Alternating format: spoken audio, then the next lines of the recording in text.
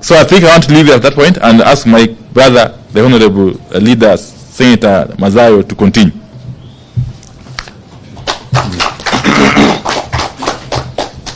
Yes. Sorry.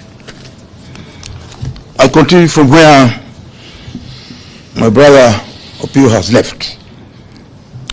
We do not understand Kenya Kwanza's obsession with saying and doing what Kenyans have not asked for. As far as we know, Kenyans have never asked for funds to be launched. Kenyans have specifically asked for the cost of goods to come down and taxes to be reduced. But Kenya Kwanza is talking about deficit and funds. We have seen Kenya Kwanza resorting to the tired and bigoted phrases like "lord of violence." It won't work. People don't care. All that the people want is food.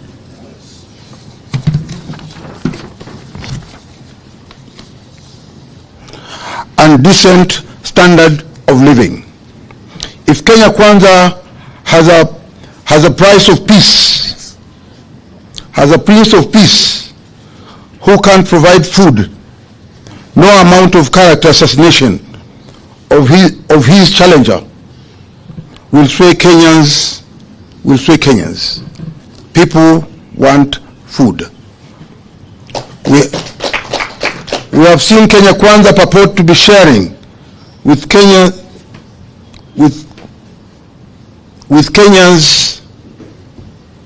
the Right Honorable Raila Odinga's political history.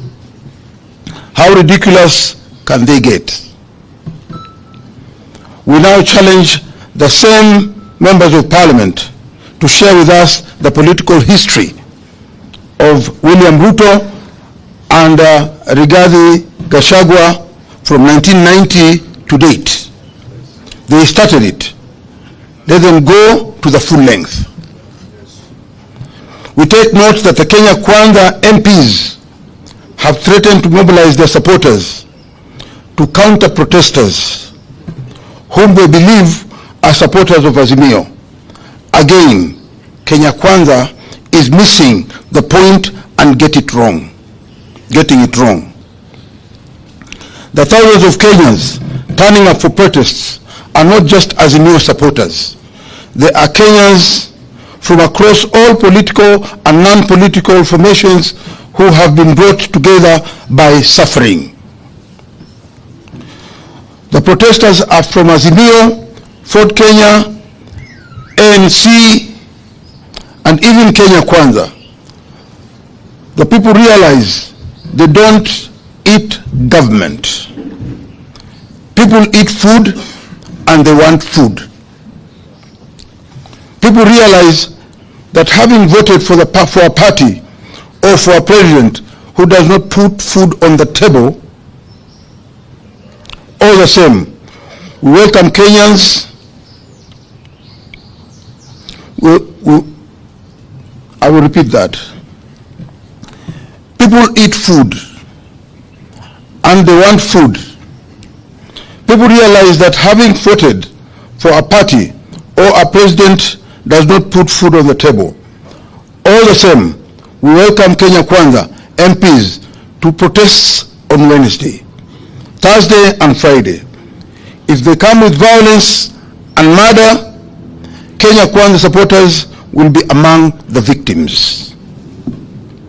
We take note that Kenya Kwanza members of parliament have resolved to cooperate with the police to ensure that there is no further loss of life and livelihoods.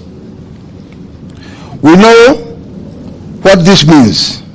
It means confirming protesters with members of that killer squad called Operation Support Unit, whose brief is to maim, kill protesters, including Azimio leaders.